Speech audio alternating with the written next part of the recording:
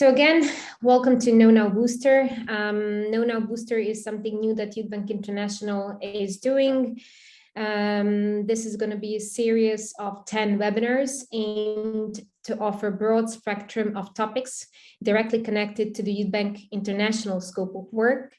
We do work with young people, as most of you know, and these webinars are aimed not only for organizations doing youth banks across the world, but it's also aimed at all the young people, all other organizations that are interested in this type of topics.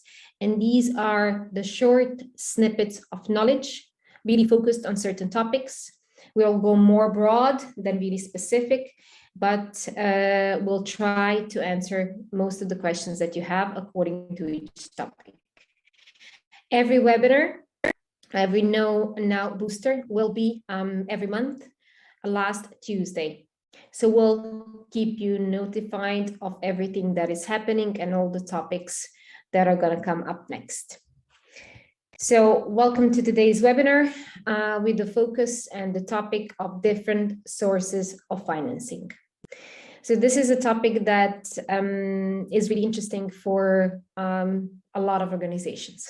It doesn't matter what type of organization you are, whether you're a non-for-profit, a full profit, a business, whether you're maybe a youth group, we all struggle with different sources of financing. This webinar will go through different types, maybe not all of them specifically, and try to touch each of them and explain each of them in a really brief way, and give you also some tips and tricks when it comes to you using some of those different sources of financing your organization. So usually what happens, we all have a good idea or a project. We love it. We know it could work. We know that it will do an impact. We already tried it, had a pilot project, but what happens next? You need help with next steps, and most of it, you need financing to be able to carry on doing and make your idea grow or develop. So what can you do when it comes to finding additional financing to grow this or scale this idea?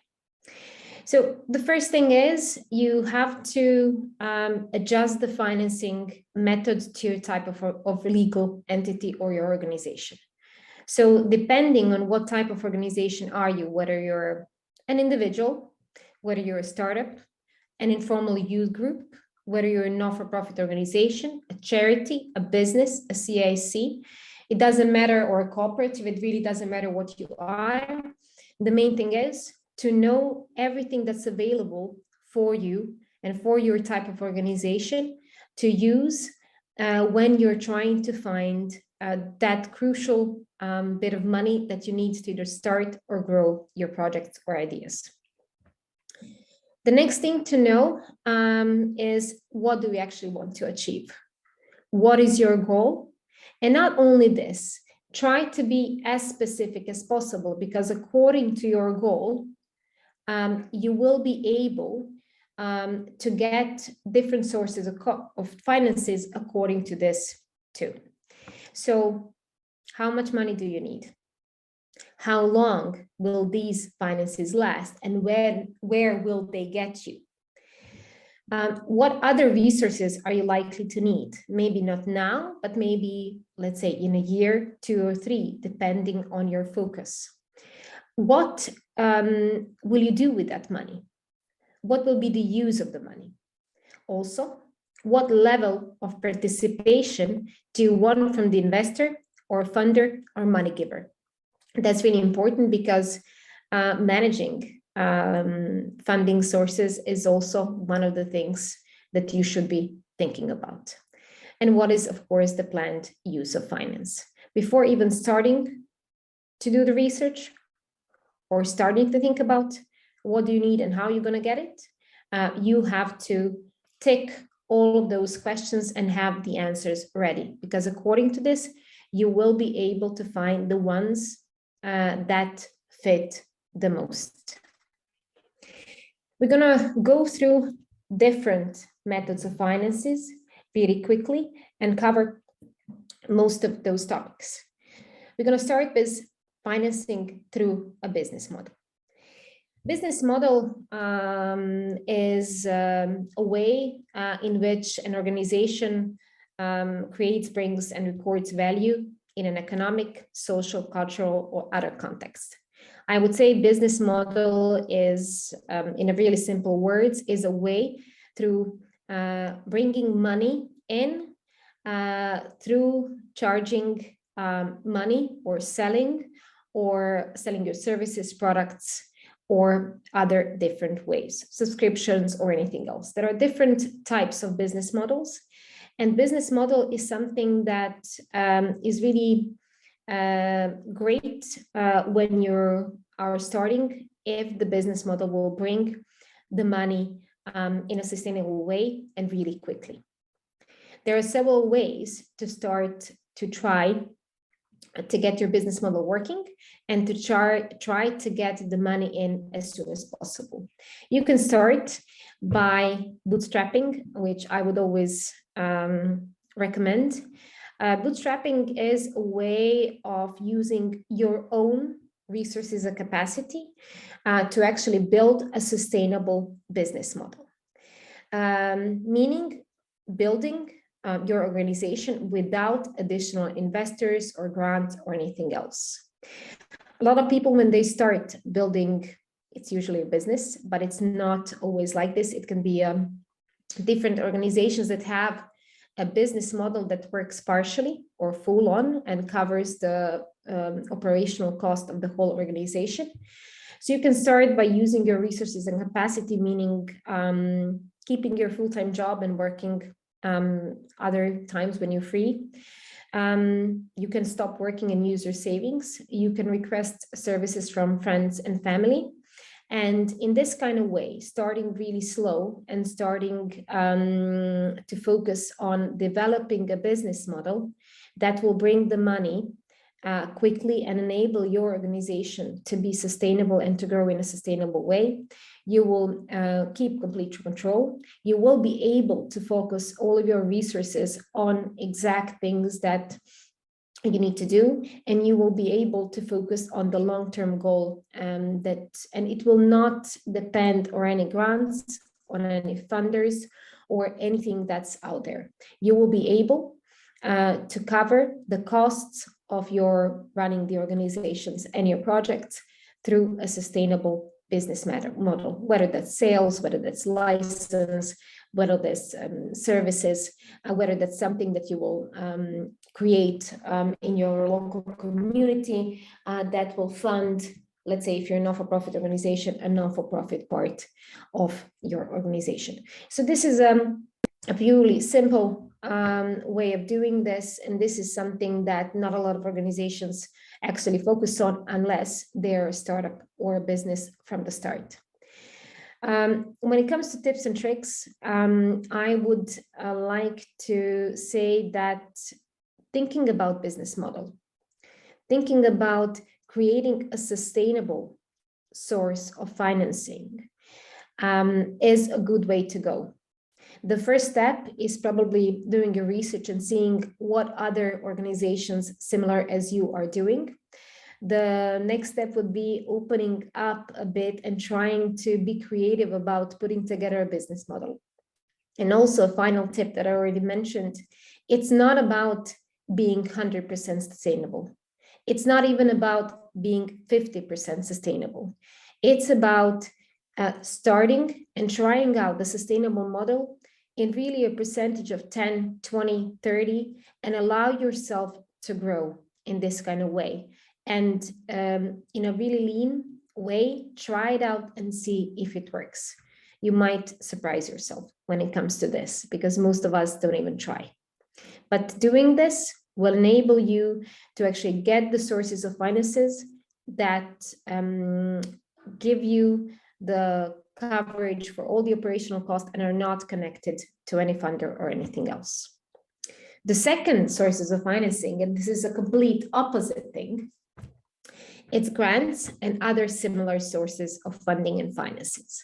When it comes to grants and other similar sources, it's completely opposite the business model, because this is the money that you get and you need to, let's say, deliver some goals. You need to make sure that what you are doing or your idea fits into proposals and ticks all the boxes that are written there. So, but meaning that is not a bad thing. Most of you from the questionnaire are, and most of the non-for-profit organizations are actually being funded from the grants and other similar sources of financing, but that doesn't give you a security. Security that will, as the business model does, that you will be able to actually get that next grant that you need, or get additional bit of money that you need for a new project or anything else. So this is a risk in this. And when it comes to all of the types of finances, and I listed most of them here, so you can go for either EU funds. There are a lot of, and most of you know this, there are a lot of programs that are focused on economic development, leadership, social challenges, and a lot of them that what you're doing can fit in. There are also other international funds like Global Fund for Children, Wallet Global Fund, UNICEF, community foundations, and a lot of others. Also, there are some foundations that also give grants, like Open Society, Cisco, Ford, Robert Bosch, and everything else. So these are not all of them, but this is something that you can definitely research, and for those who work in certain sectors and certain countries. So really, depending where you're from, you will be able to access different foundations, you will be able to access different funds, and also different state, regional, and local financing program. So each country has their own program, which also gives grants, but not only grants, small loans, self-employment grants, grants for innovations. Here, I would also mention, in most of the countries where there is a US embassy or other embassies or other state organizations that are there, there is a small grant program, which is a great source of, let's say, funding to start a project or to pilot something that allows you that small bit of money that you need if, of course, you fit into those disposition funder or each fund has.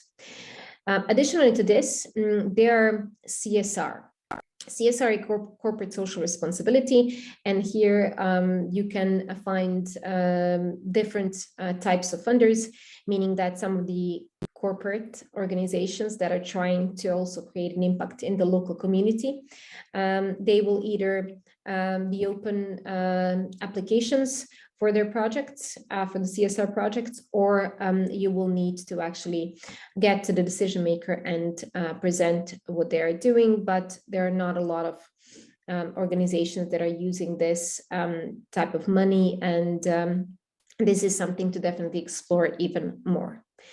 Additional thing is donations and sponsorship, and all of you are actually aware of those. But we would definitely suggest innovative approach and cryptocurrency funds. Someone mentioned this in the questions. When it comes to those funds that are quite similar to the foundations or different funds that are out there, the main thing is that their source of money comes from the cryptocurrency world, depending, of course, on the propositions of their type of funding, you will be able or not able to apply. It is up to this. So do explore this even more. When it comes to donations, and just really quickly to go through this, it's not enough to put the donation button. Most of us do this, put this on the website. This is not enough. Even if you put a donation button, you need to tell a story, the right story that will touch emotions of different people and different funders that would like to actually donate or invest or anything else. Some will invest or donate because of emotions and because you touch them with what you're doing and they believe in everything that you do. Some will actually donate because of tax benefits that are available in some countries. Some will donate because it gives them greater visibility and marketing. Some will donate through an event that you organize. So this is a different ways, and it's all about being really creative about your donations. When it comes to raising awareness of what you're doing in your local community, one of the examples of donations is connecting to a local coffee shop, restaurant, or brand that might have a deal with you to every single 10% of every single coffee sold goes into charity and goes into your organization that does this type of local community work that will also give them a chance to present themselves in a way that they help local community. So this is something to be really creative about. When it comes to CSR, or corporate social responsibility, so for corporates and big corporations, this is something that they legally need to do. And it's all about them contributing to a social goal that they believe in. A lot of those corporates do have a strategy and have a strategic goal that they would like to tackle in their local communities, but a lot of them are still really open to a broad set of topics that you would be able to even steer in the way that gives you an ability to get additional funding. This is something that a lot of organizations do use for marketing purposes, but also for employee engagement and satisfaction, which is now on the market growing more and more and more. So please, depending on your local community, do research and see what are the organizations and corporates they're doing corporate social responsibility and how are they doing it, and find those who might be able to help. The best way to do this is, of course, to network in a really good way and try to talk straight to the decision maker in that company, depending on what they are doing. Also, when it comes to, just really quickly, and this goes into tips and tricks, whoever the funder is, whoever the organization that you're asking money is, whoever this corporate is, make sure that there is a value fit. Make sure that what you're doing is something that is also within the strategy of those funders and organizations that you're doing, that you're getting the funds will not steer you away from the goal, because a lot of those foundations or EU funds or different proposals can actually get you the money in, but you will be able to, and you will need to do other things that were not on your to-do list. So make sure that you preserve the capacity of organization and focus still on the goal and strategy that exists, and don't lose your let's say aim to achieve what you wanted to achieve, because there is a lot of things that you additionally need to do according to the funder. Also, be really creative. Being creative, meaning that try to showcase or try to ask for a donation in a different way. Try to showcase what you're doing in your impact in a right way. Organize an event.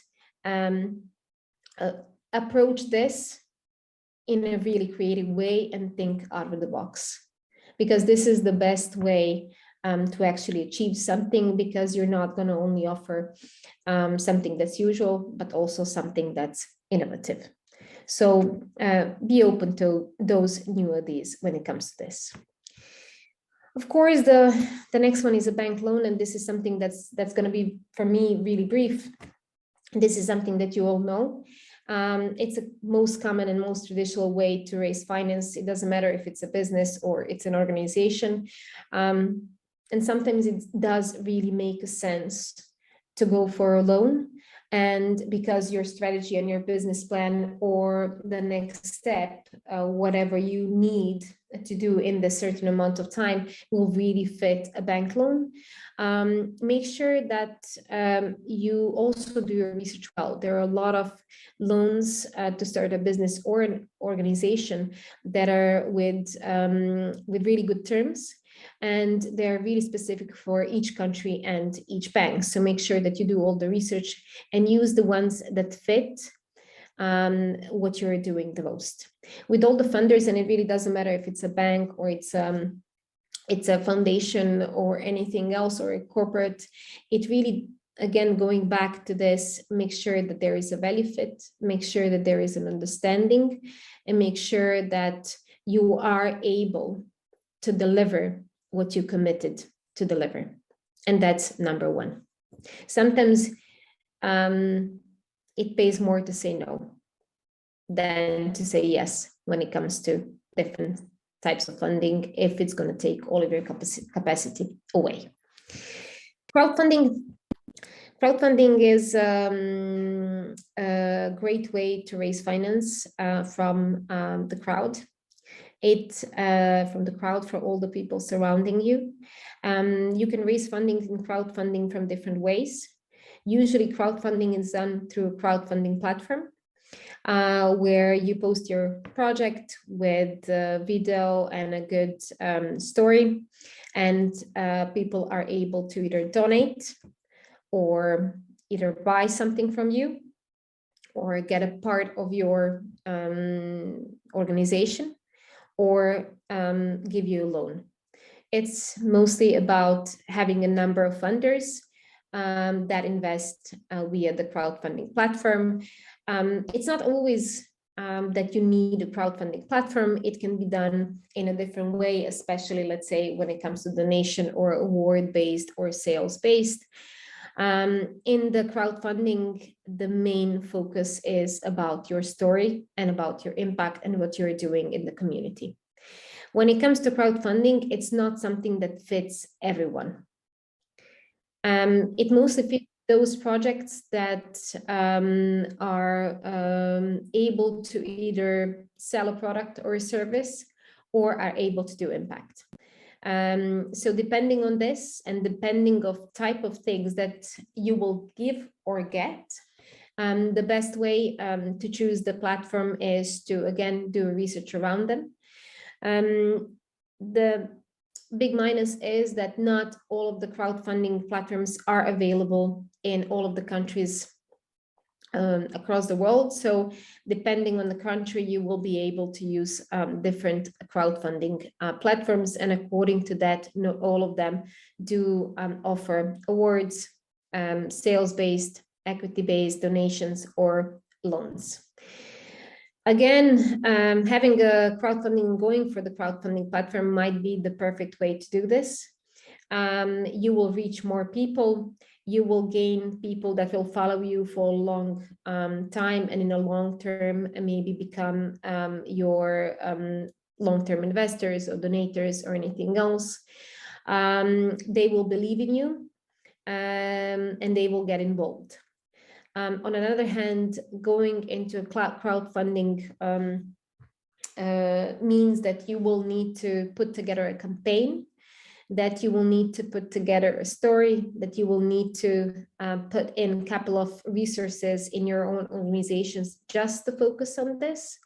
So this is something to also have in mind when it comes to how much work will it take to actually create this. But we'd have a look at the examples and learn from them and see what fits the best. Also, the next one is equity investment. Equity investment is something that is usually in a for-profit businesses in startup world. It means that you will be selling shares or parts of your company to an individual or a business. It can be a difficult decision to actually sell a part of your business, because sometimes you are not the one having the whole You will not be able to have the decision making maybe in that kind of way or anything else, but it all depends on the terms of the investment and what the investors are able to do with the amount of equity that you actually sold them or they invest. This is something that's risky in both ways. It's risky for investors. If you fail, they will lose the money, but it's also risky from your perspective because this might be not investor fit, but also you're leaving a part of your company behind. But if you get the right investor, that can be additional plus, and you will be able to get the smart money, meaning not just the investment, not just money, but additional team member, someone with a great industry knowledge. And this is the type of investors that you would be and should be looking for. There are different kind of investors. There are high net individuals, and high net individual is not an investor per se, but this is someone that is really, that has money, is really interesting in maybe investing and even creating impact, or just gaining more money, and they would like to invest in something innovative. There is also angel investors. Those are investors that already invested and know what the steps and terms are. Angel investors mostly invest in angel groups, meaning groups of several investors, because it downsizes the risk of only having one investor and them investing on their own in a company or an organization. When it comes to social entrepreneurship and when it comes to non-for-profit organizations and charities, you will be looking into philanthropic investors and someone that puts impact first. You can also do corporate investment or corporate partnership, in which the company will give you not only the money, but also a bit of resources to a certain percentage of your company.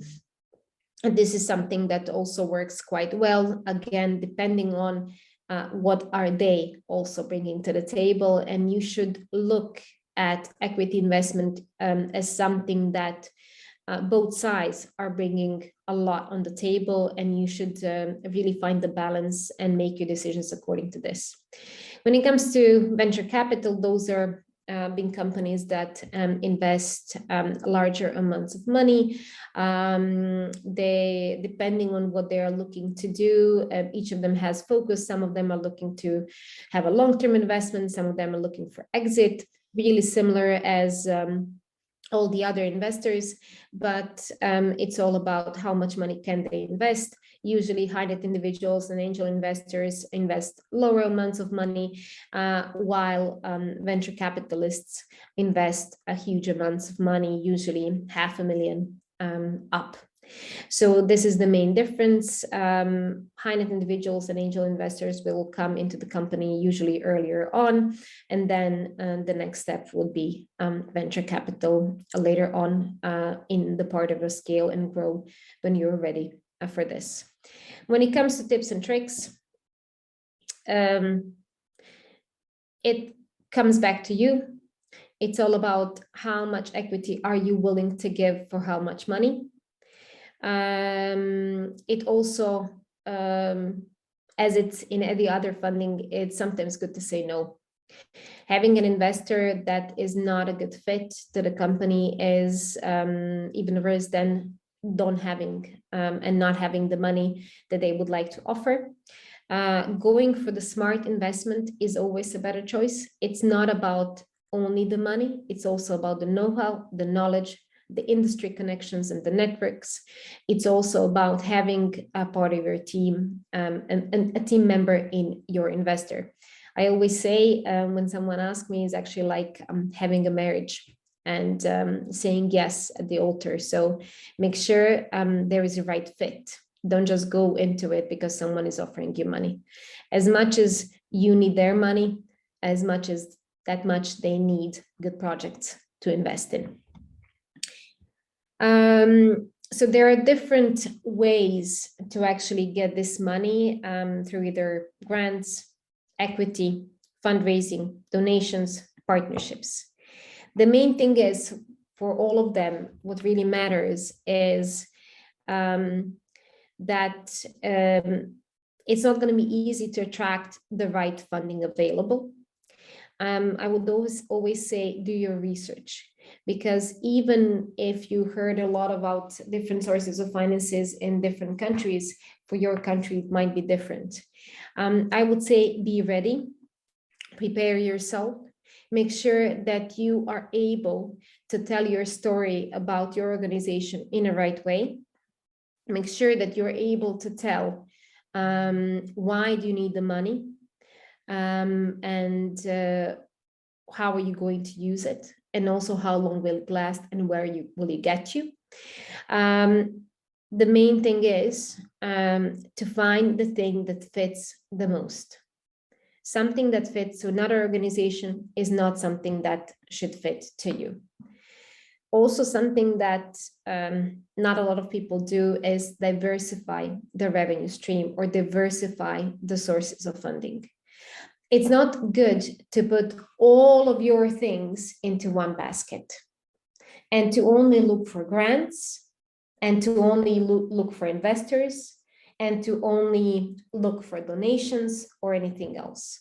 The main thing is that you can engage with more people. What happens if the next grant, if you don't get it? What happens if an investor says no? What happens if your business model is not working and your sales are behind the planned KPIs? If you have additional the revenue streams or additional sources of finances that are coming in to your organizations from different sources, this is something that will enable you to actually go through some bad times when you really don't have money. And they will enable you to continue to do your work. So the main thing is to really be creative, to really think in a different way and step aside of the usual things your organization is doing and was doing until now. Fundraising and getting the money in, it takes a lot of capacity from the people. You need a person that will really focus only on this to be able to get the money in. And when it comes to organizations, a lot of people do a lot of different things. There is not enough capacity or enough money usually to continue the project or to start a new project or to scale something that you would like to do. But if you think about sources of finances in a way to be creative, to open up to different sources available in your local communities, I think you will be successful. And that would be my definite advice from the whole webinar and different sources of finances. Again, don't forget to be ready. You never know who you will be talking to, and be ready to know how much do you need, what for do you need it, and how much time these finances will last. And also don't be afraid to present your organization in front of anyone. Make sure that you're broadening your network. What the market trends are showing that there is a huge opportunity, especially for social entrepreneurs and especially for not-for-profit organizations. The market that is developing is definitely looking beyond profit, and the focus is on impact. When it comes to that impact, I would advise you to gather the right data, measure the impact, set the right KPIs, and produce the impact report, and showcase your organization and your story in the right way. And also, I would say, make sure that you're working on your networking. So this was a really brief session on different sources of finances. Now we are ready for some of the questions. So Peter, I'll try to answer any questions that are out there. There's a couple of questions. One is from a bit back. The other thing is, I would say, if anyone else has any questions, if you want to post them in the chat, and we can kind of come to them. And the question is, how detailed should the plan be to get a grant? Does it need to be a whole program, or what kind of detail needs to be included? But I would suggest it does depend on the funder. When it comes to having a whole, some of the funders will invest in, a pilot project that is just testing the methodology or the process or anything else. And then according to the amount of thing that you are presenting or amount of the pilot project, the longitude and everything else and your funding needs, the money will be lower. When it comes to really pitching and presenting the whole project, that includes more people, that does better impact or anything else, there are different funds that would allow you to get more money. I would say that if you're getting the grant, when it comes to EU funding, it's quite extensive when you're writing the project proposals, and some can be up to 100 pages with different partnerships, really detailed steps, detailed KPIs every step of the way, and outcomes. When it comes to other funders, it can be more flexible, again, really depending on the funders. When it comes to a lot of foundations that are out there, some will open up their application process and will be open up. You go on their website and they will be accepting applications. You read what they're needing, fill in the questionnaire that's out there, and flag their idea and try to get the funding this way. There are some other foundations and funds that are that will only actually ask you to apply. So their applications are not open, and you will get an invite to apply if your profile on social media or in a website really fits what they're doing, and if they find out about you from different sources. I can give you an example that usually if the amount of money is lower, the amount of paperwork you need to do is not as extensive, but also depends on the funder. Okay, we have another question from Sharon, who says, you listed several resources to tap into for finance, but she's wondering, when it's a new initiative without any project records or portfolio, might it be difficult to access that kind of fund, and what kind of opportunities are there for new starts?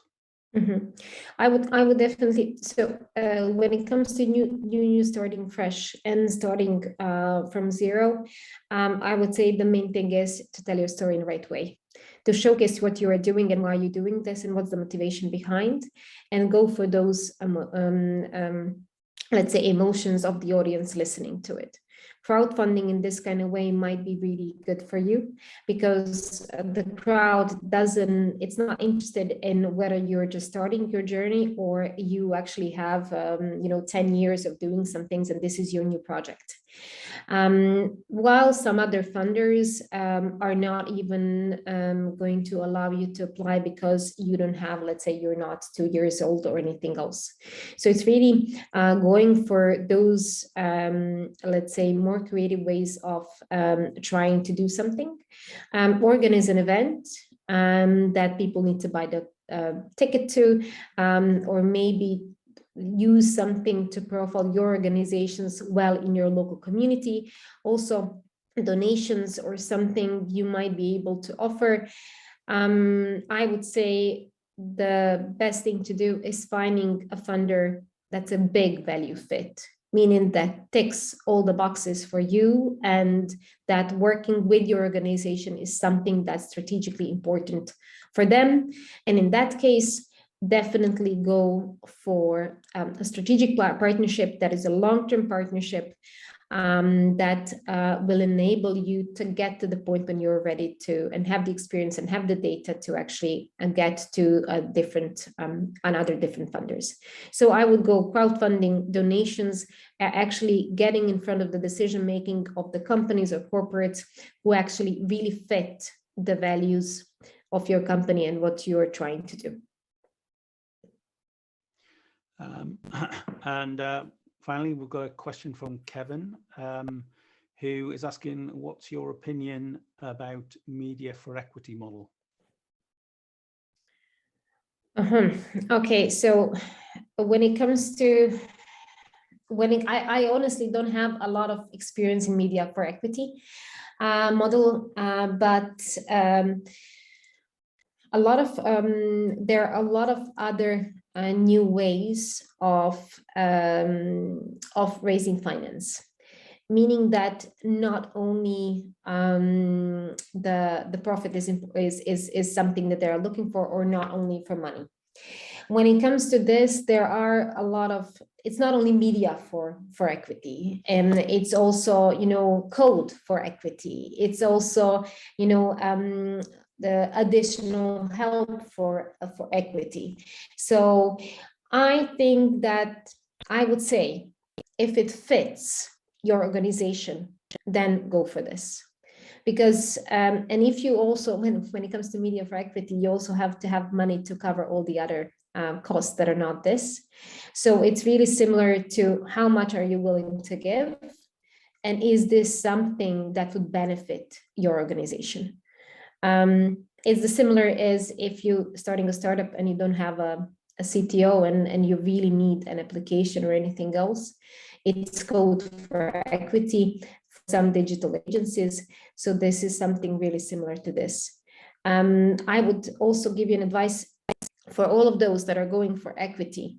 Don't give too much too early, because later on in the process, you will not be able to get much more under different, let's say, terms or anything else.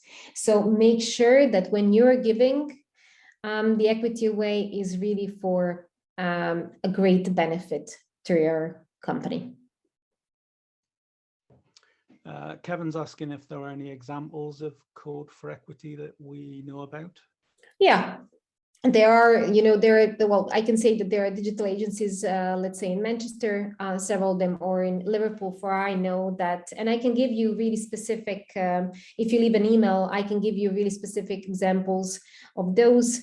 It's also, you know, it doesn't have to be a digital agency. It can be also a one person that would be working for equity.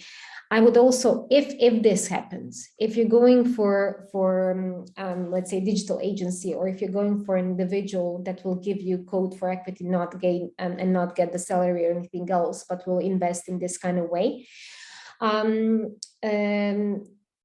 always go for the vesting agreement. Make sure that if the relationship with the digital agency or with media agency or with that individual, if it deteriorates, it would not actually make an impact on your company, and the vesting agreement will actually showcase if this is the good fit and how much equity in the long run they will get. I can explain this more to you, and you can either let us know at info@youthbankinternational.org or reach out to me. I'm Helena@youthbankinternational.org, so I can give you a really specific answer to this. Great. I think that's all the questions, unless anybody's got anything else. But, before we finish, I would like to just give you the final tip.